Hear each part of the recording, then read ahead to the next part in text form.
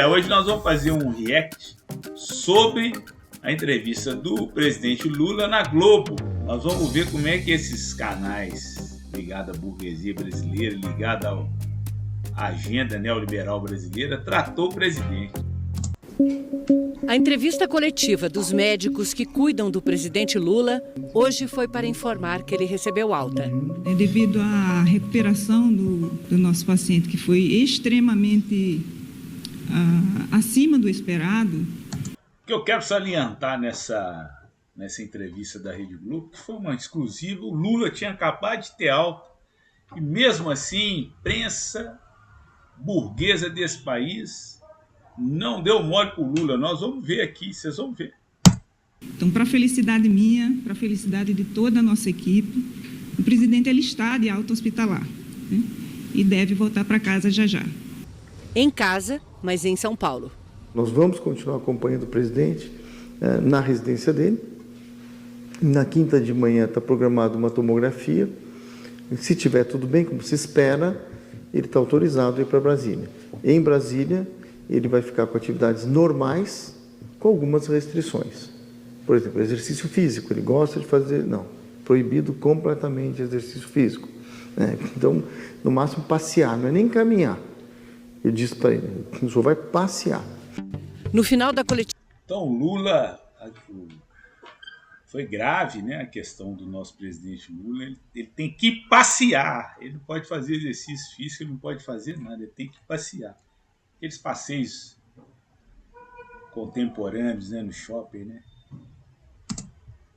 O próprio presidente apareceu de chapéu para cobrir os curativos na cabeça. Ele fez um breve relato das circunstâncias do acidente e do tratamento. E em seguida, ainda no Hospital Sírio-Libanês, com autorização dos médicos, ele falou com exclusividade ao Fantástico. Como é que o senhor está sentindo? Olha, eu tô mais uma vez, Sônia, me sentindo como um cara protegido por Deus. Eu digo sempre, Sônia, que um cara que nasceu onde eu nasci e não morreu de fome até completar 5 anos de idade, já é um milagre. Depois, eu sempre fui muito saudável. Depois eu tive o problema do câncer em 2011, em outubro de 2011, que me tirou do ar praticamente todo 2012. Depois eu tive, o último caso, um avião que teve um problema no motor e ficamos rodando 5 horas em cima do aeroporto na Cidade do México. E aí a preocupação de todo mundo, o que poderia acontecer se aquele avião, sabe, caísse, se parasse o outro motor.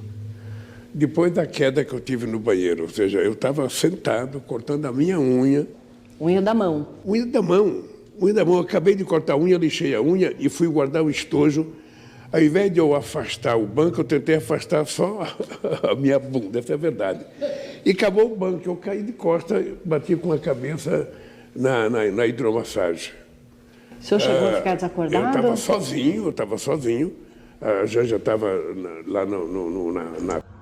O Lula demonstra uma trajetória aí de uma pessoa guerreira, de uma pessoa vitoriosa, né? Podia ter morrido de fome lá na cidade dele, né? Ele é pernambucano, acho que é Garanhuns, a cidade do Lula. Ele vem demonstrando que ele passou por diversos desafios, não seria um tombo que iria derrubá-lo.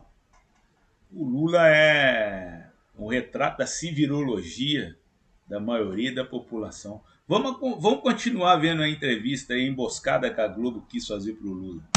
A cozinha do palácio, fazendo umas coisas dela, e eu caí sozinho. Durante alguns segundos eu tive problema de mexer com as mãos, com as pernas, aí eu consegui virar, fui até a porta, peguei no trinque e consegui mexer com as pernas e levantar.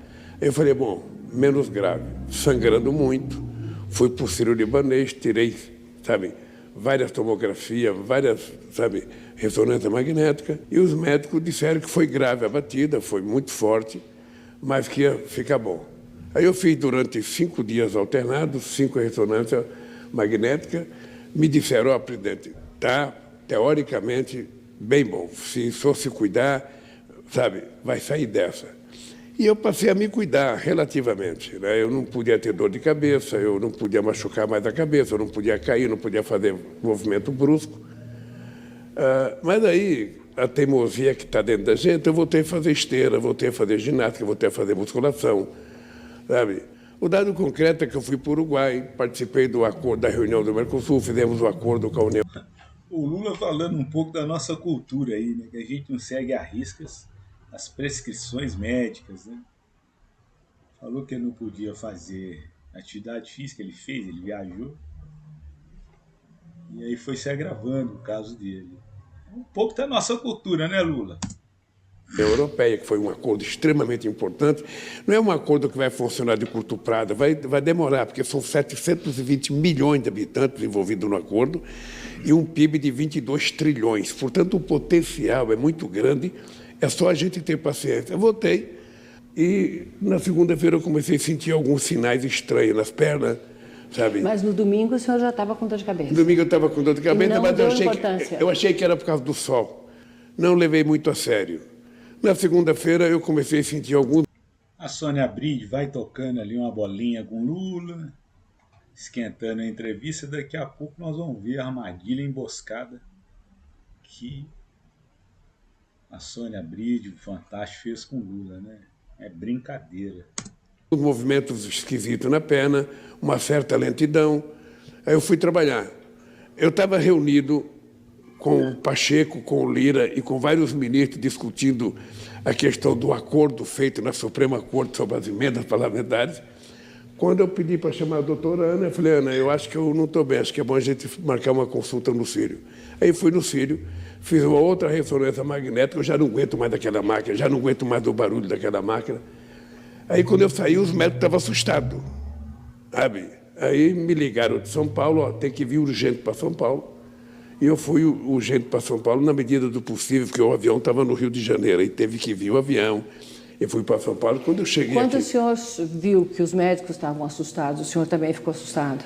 eu fiquei preocupado. Olha, isso aí denota que uma certa gravidade, né?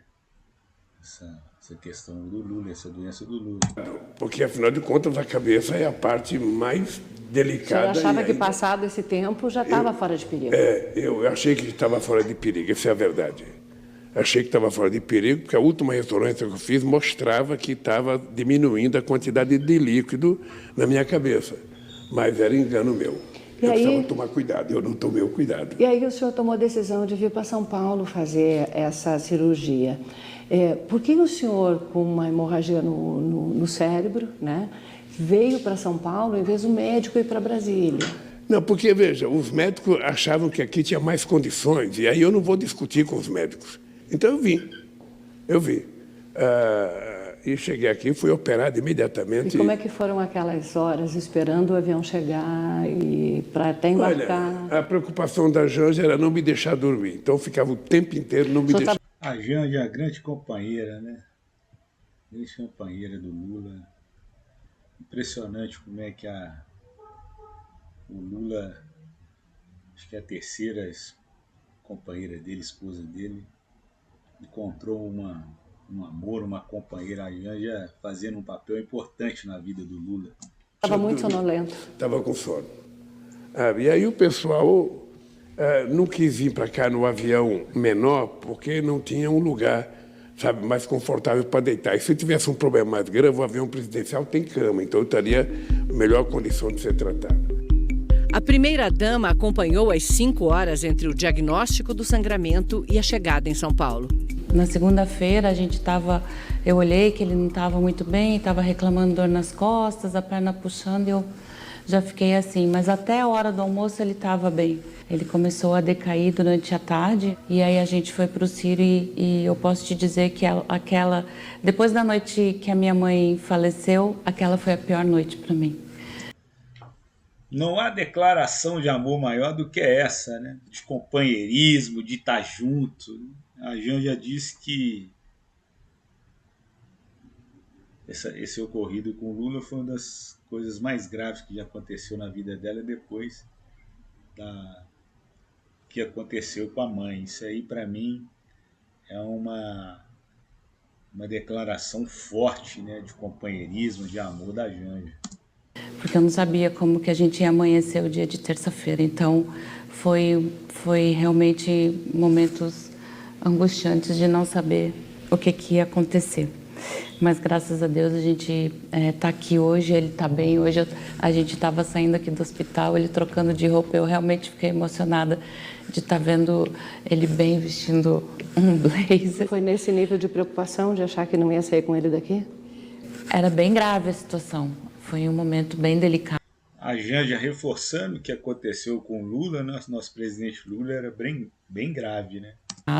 Então, claro, isso passa pela cabeça da gente, mas ele está aqui firme e forte para seguir cuidando do país e cuidando de mim também. E no final ainda chama o Lula de meu amor. Né? Eu, como um romântico, acho isso muito legal, porque talvez a gente caminha para uma sociedade fria, onde as pessoas não se declaram, onde as pessoas somem, né? Não amam uma a outra. Então isso aqui é muito legal, essa questão do Lula aqui e da Janja. Parabéns, viu, Janja? Ao invés, como outras pessoas aí, some, não fala que gosta, você declarando seu amor nacionalmente. Isso é muito legal, em rede nacional. Foi uma situação assim, tão grave, risco iminente de morte? Foi uma situação grave.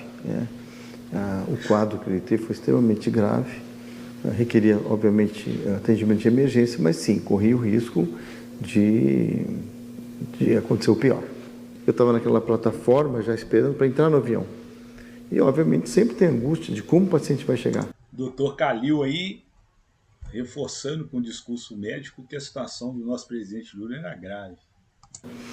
Quando assim, nem abriu a porta do avião, eu já me joguei para dentro do avião, né? Eu entrei rápido no avião, ele veio em pé me receber. Sabe, eu tomei um susto, tudo bem que estão falando, né? Nossa, o senhor chegou bem, em pé, veio andando. Aí, obviamente, colocamos ele na ambulância e chegamos no hospital, a equipe médica, a equipe do Dr. Marcos Stávio já estava pronta, no centro cirúrgico, na sala cirúrgica.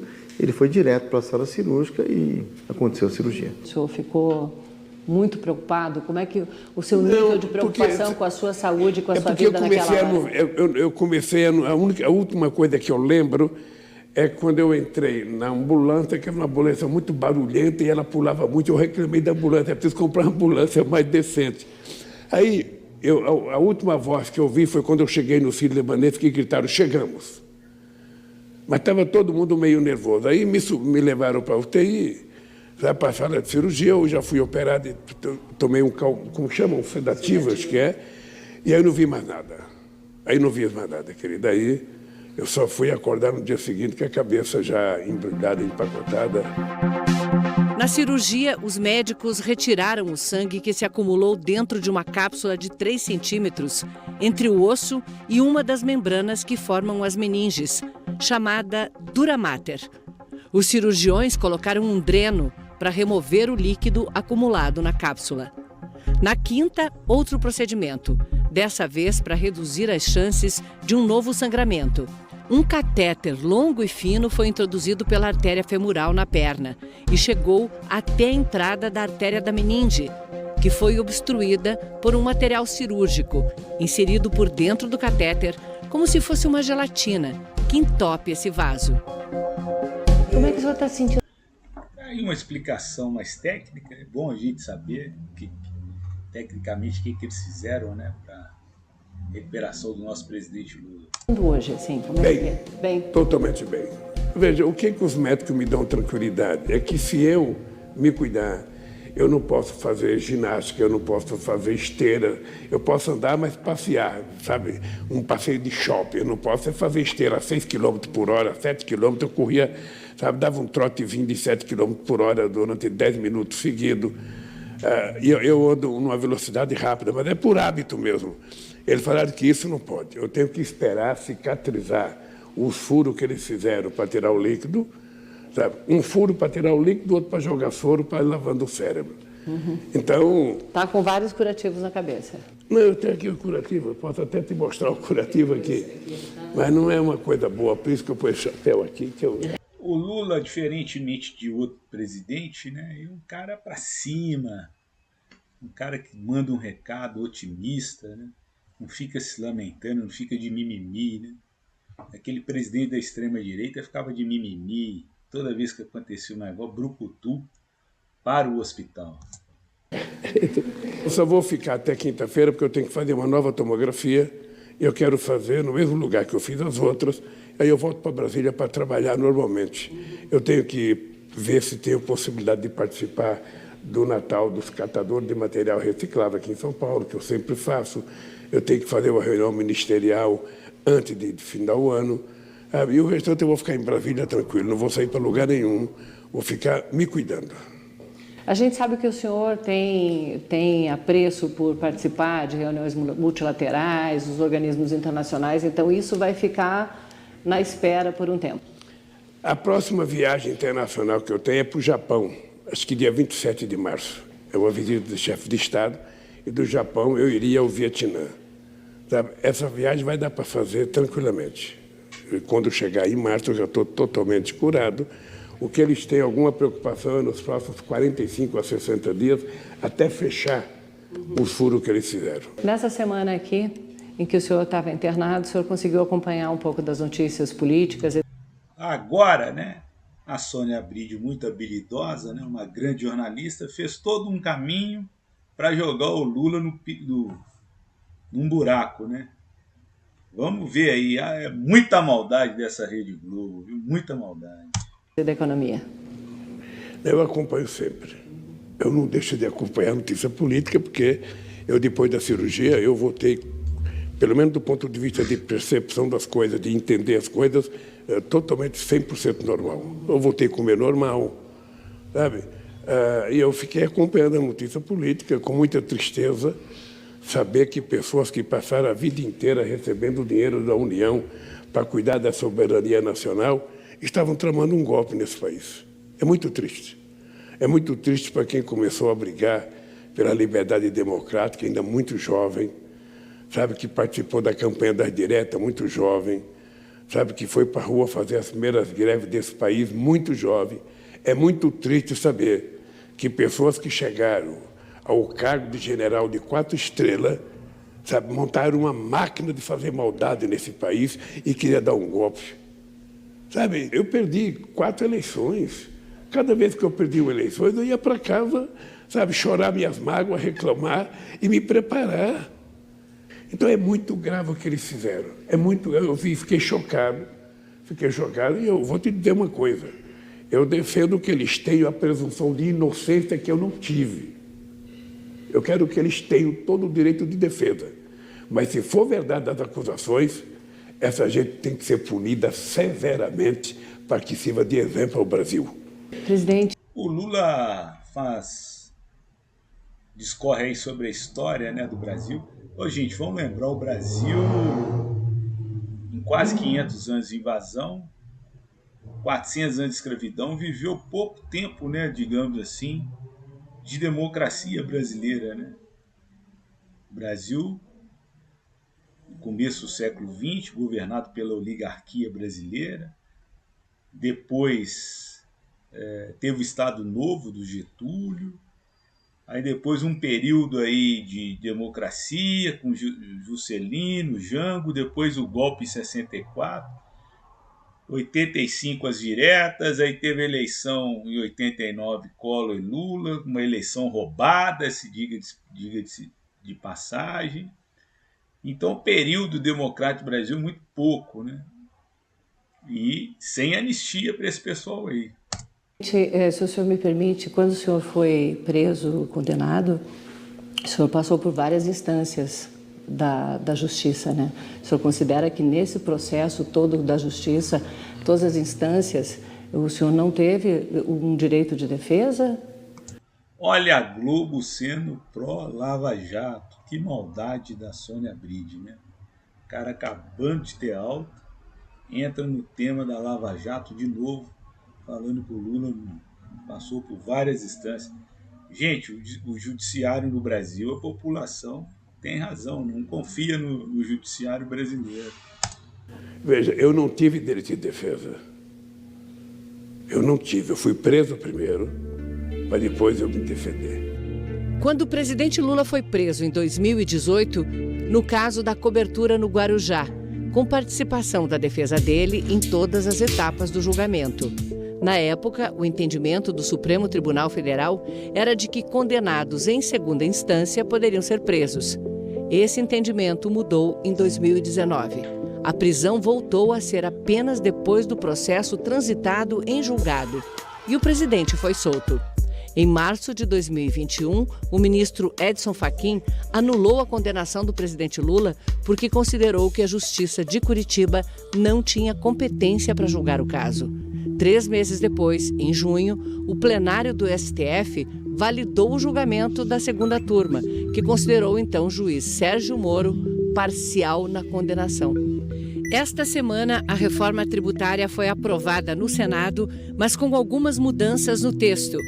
Exclui armas e munições do imposto do pecado e isenta do imposto seletivo produtos como bebidas açucaradas e outros alimentos que têm impacto negativo na saúde. O senhor acha... Olha a maldade que a Globo, né, através da Sônia Abril, faz com o Lula. Tinha acabado de ter alta.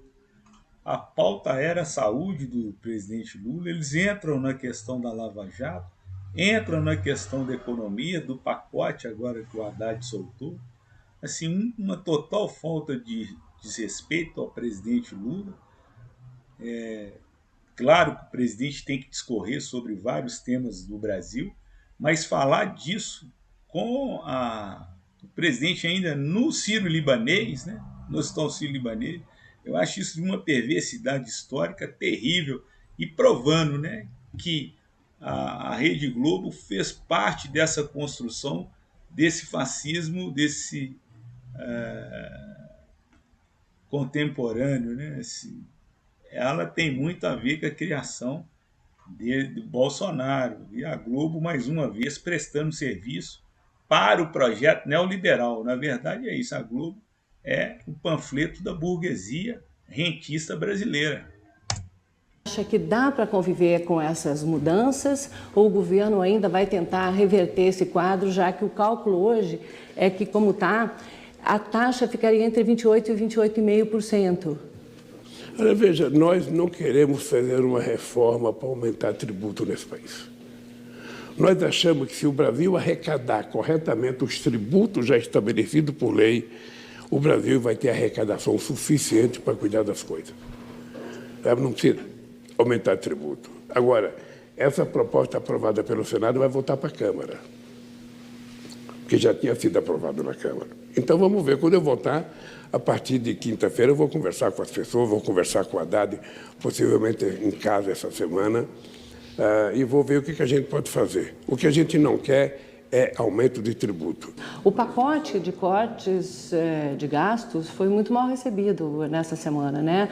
Subiu o dólar, caiu a bolsa e... Mal recebido por quem, Sônia Abril? Pelo mercado.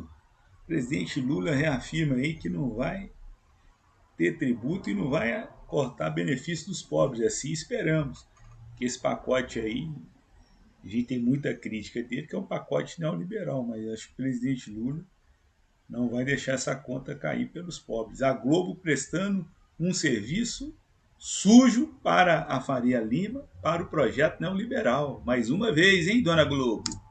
E há uma percepção de alguns analistas de que com inflação, sem controlar as contas públicas, tem mais inflação e que a inflação afeta também o mais pobre, que o juro mais alto vai afetar o mais pobre. O senhor acha que o pacote deixou alguma coisa de fora que pode ser incluída? Pode haver algum tipo de ajuste nesse pacote? O pacote foi mandado para o Congresso Nacional e o Congresso tem soberania para mudar as coisas. Se votar alguma coisa, sabe, que eu posso mudar, mas eu não vou poder mudar. Então vamos parar com essa bobagem. Ninguém nesse país, ninguém, Sônia, ninguém, vou repetir, ninguém nesse país do mercado tem mais responsabilidade fiscal do que eu. Não é a primeira vez que eu sou presidente da República. Eu já governei esse país e entreguei esse país crescendo 7,5%. Entreguei esse país com a massa salarial mais alta desse país. Entreguei esse país, sabe, numa situação muito privilegiada. É isso que eu quero fazer outra vez. E não é o mercado que tem que ir preocupado com os gastos do governo, é o governo. Porque se eu não controlar os gastos, se eu gastar mais do que eu tenho, sabe quem vai pagar? O povo pobre. Então, eu quero te dizer, Sônia, que é o seguinte, nós fizemos aquilo que é possível fazer, mandamos para o Congresso Nacional. A única coisa errada nesse país é a taxa de juros está acima de 12%. O Lula altera, né, um pouco, falando que não vai prejudicar os mais pobres, e ataca o Banco Central com a taxa Selic alta, 12,5%. Isso tira dinheiro dos mais pobres, é 50 bilhões a mais para os juros da dívida pública. Ô, Sônia Bride, que papelão, hein? Essa é a coisa errada. Não há nenhuma explicação. A inflação está 4 e pouco, é uma inflação totalmente controlada. Totalmente controlada. A irresponsabilidade é de quem aumenta a taxa de juros todo dia. Não é do governo federal. Então, mas nós vamos cuidar disso também.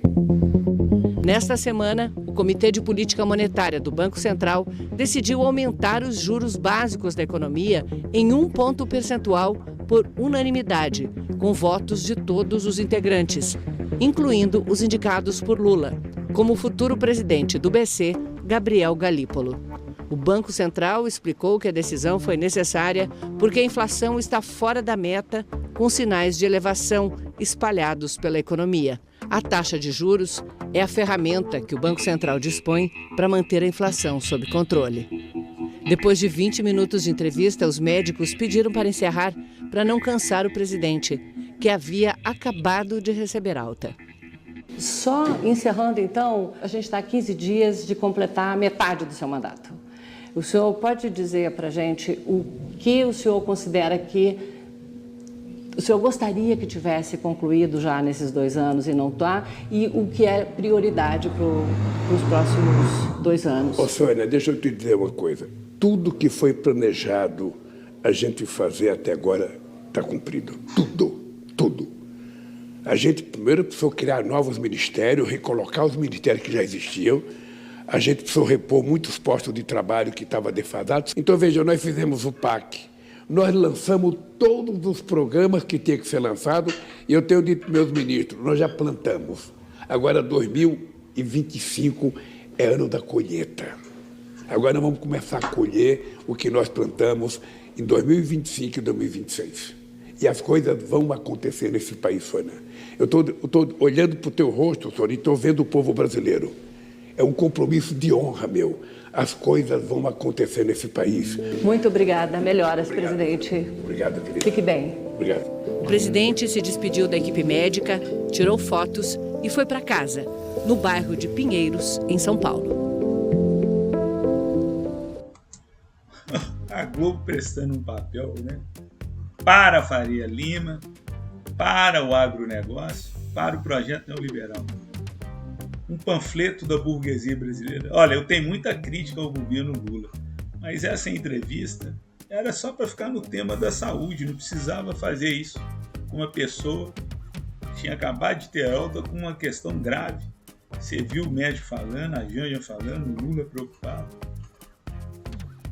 O que dizer da Rede Globo, né? A Rede Globo participou do golpe de 64.